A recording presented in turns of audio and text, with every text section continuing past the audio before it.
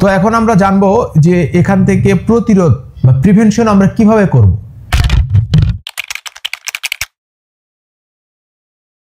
প্রথম কথা হচ্ছে মশা থেকে দূরে থাকতে হবে।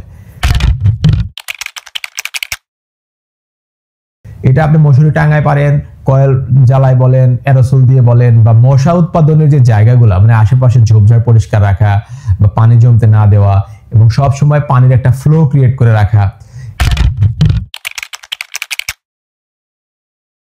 যেভাবে হোক মশা থেকে বা মশার কামড় থেকে আমাদের দূরে থাকতে হবে।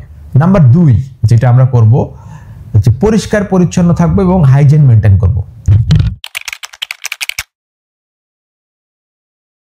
আমাদের হ্যান্ড ওয়াশ থেকে শুরু করে আমাদের গোসল করা, পরিষ্কার পানিতে গোসল করা এবং বিশুদ্ধ পানি পান করা, এটা খুবই গুরুত্বপূর্ণ। বিশুদ্ধ পানি পান করা, খাবার আগে হাত পরিষ্কার রাখা, আমাদের খাবারের যে পাত্র বাসন কোসন এটা সঠিকভাবে ধোয়া, মানে আলটিমেটলি আমাদের ফুড সেফটি মেনটেন করতে হবে। আরেকটা জিনিস যে আমরা যে সালাদগুলো খাচ্ছি বা শাকসবজি যেটা অল্প সিদ্ধতে রান্না করা হচ্ছে এগুলো খেয়াল রাখতে হবে যেন সঠিকভাবে ধোয়া হয়। আর এটা হচ্ছে ভ্যাকসিন।